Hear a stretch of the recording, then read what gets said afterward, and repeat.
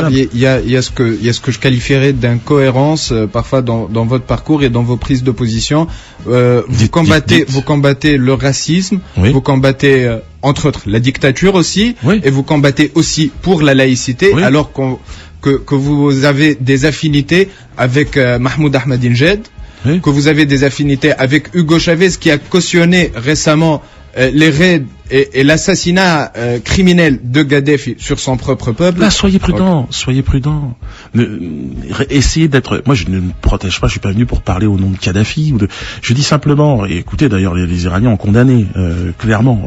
Les Iraniens ont condamné par rapport à Kadhafi, mais les Iraniens, c'est un régime qui règne entre autres par la religion. 8 ans de guerre contre le sionisme. Il n'y a pas une famille qui n'a pas un martyr chez lui. Ils ont énormément de pétrole, comme en Libye. Tout le monde essaye de déstabiliser ce gouvernement. Il faut tenir, et pour tenir, c'est clair qu'il faut un régime qui est dur, dont les portes, qui est verrouillé. Moi, je me mets à la place de la jeunesse iranienne. Je travaille avec eux. Je travaillais sur des projets de films et dans le domaine de la culture. Je sais qu'il y a une vraie envie de libérer ce système. Justement, mais les cinéastes iraniens actuellement, ils subissent. Non, mais les meilleurs sont restés. Les pires, c'est-à-dire, ont profité de cette haine des sionistes pour aller se vendre, d'ailleurs, à Cannes ou je ne sais où. Mais ce sont des mauvais réalisateurs. La plupart, je les connais bien. Je connais un peu le cinéma iranien. Non, les meilleurs, ceux qui sont. La révolution iranienne est prise très au sérieux. La révolution tunisienne aussi. Je le sens en arrivant ici. Les gens s'interrogent profondément sur le système, sur le système même politique qui va naître de cette révolution. Évidemment, moi je suis venu pour vous dire que non seulement je regardais ça avec beaucoup d'impatience, beaucoup d'intérêt, mais je n'ai sans aucune leçon à donner. Moi je parle des révolutions que j'ai vues un peu partout, et je vous dis que le sionisme, pour moi, est l'axe et la fracture la plus importante aujourd'hui. C'est tout le système de l'argent dans le monde, c'est tout le système militaire dans le monde. La première armée est au service du sionisme, c'est l'armée américaine, et partout, il suffit d'aller aux États-Unis. J'ai voyagé aux États-Unis, je ne pourrais pas jouer aux États-Unis, même si je peux jouer au Canada encore un peu, simplement parce que le sionisme aujourd'hui est en une course-poursuite incroyable, et vous verrez, ils sont capables de semer le désordre partout pour pouvoir s'enfuir. C'est l'histoire du petit coq qui se bat et qui se cache, qui laisse les autres se battre et qui revient sur le tas de fumier pour dire voilà, Cocorico, c'est chez moi. Donc c'est pour ça que je vous dis que quand on critique et quand on montre du doigt trop vite, trop rapidement, la révolution libyenne n'a rien à voir. Elle n'a pas commencé du tout de la même façon qu'ici en Tunisie.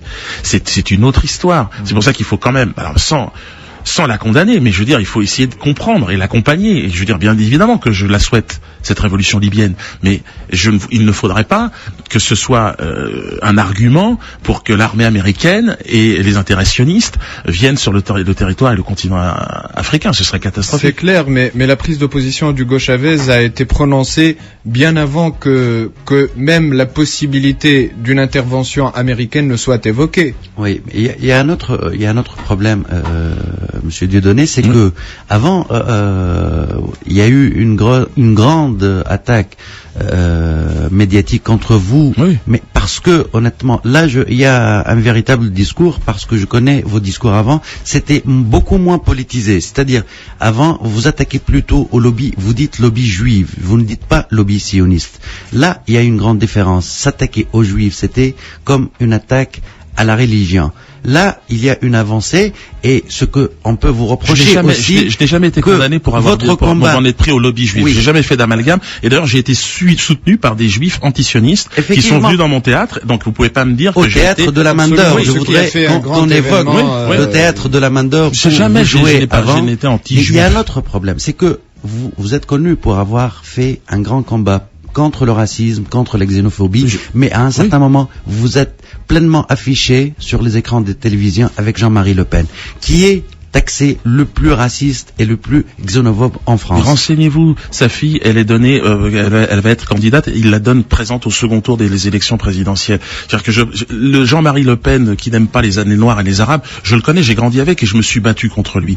Le véritable problème, c'est Dominique Strauss-Kahn, le vrai raciste en France, c'est Dominique Strauss-Kahn, c'est-à-dire le candidat israélien il suffit de regarder ce qui se passe à Gaza pour comprendre ce qui se passe dans le monde. Il y aurait une population qui serait supérieure aux autres et qui va dominer le monde entier. Eh bien, il y a des résistants. à cela. Et moi, je fais partie de ces résistants. Et Jean-Marie Le Pen, dans son coin, fait partie de ces résistants aujourd'hui. Parce que lui aussi, il ne représente pas ce milieu-là. Il faut arrêter de se focaliser sur lui et regarder les vrais responsables. C'est pas parce que Jean-Marie Le Pen, il est raciste, il est bien moins raciste que n'importe quel ministre israélien ou de n'importe quel responsable politique sioniste.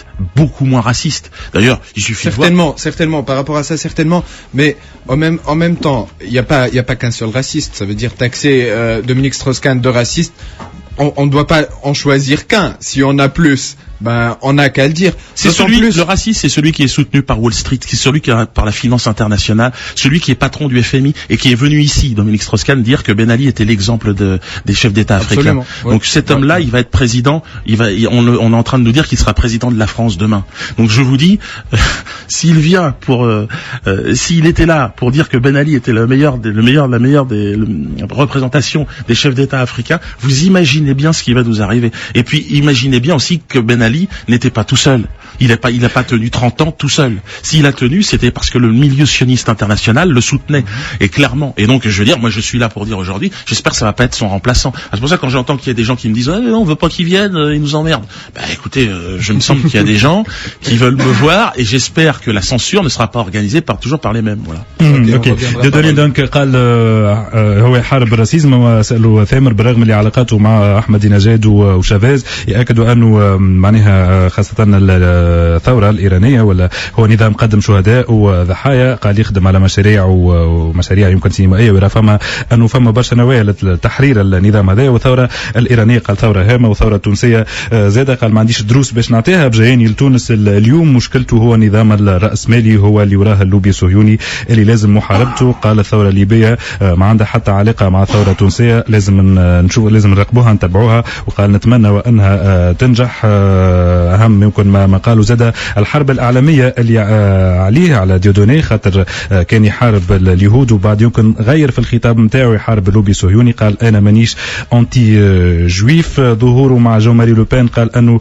حاربته وعارضته وهو ماهوش اكثر معناها ماهوش راسيست اكثر من شخصيات اخرى موجوده في فرنسا كيما دومينيك ستروتسكي واللي قال انه ستروتسانسك وقال انه هو اللي حارب بن علي وقال كان مع بن علي وقال هو افضل رئيس في افريقيا دوني اليوم نلقاوه 7 متاع العشيه في لو جراند اوتيل دو تونس 7 متاع العشيه غيشي فيرمي 1000 تذكره تباعوا دونك باش يقدم العرض نتاعو الاخراني اللي اسمه محمود. ميرسي نشكرك برشا ثامر مكي يعطيك صحه. ميرسي دوني اللي جاء بحذنا في ميدي شو ان شاء الله بتتر فما عرض واحد اخر بعد هذا والا جوست باش يكون الاورغانيزاتور عملنا عرض واحد بركه باسكو on n'avait pas le temps de faire.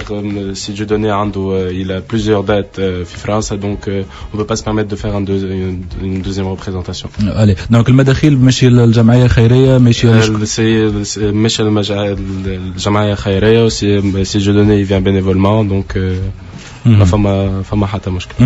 يعطيكم الصحه. ميرسي.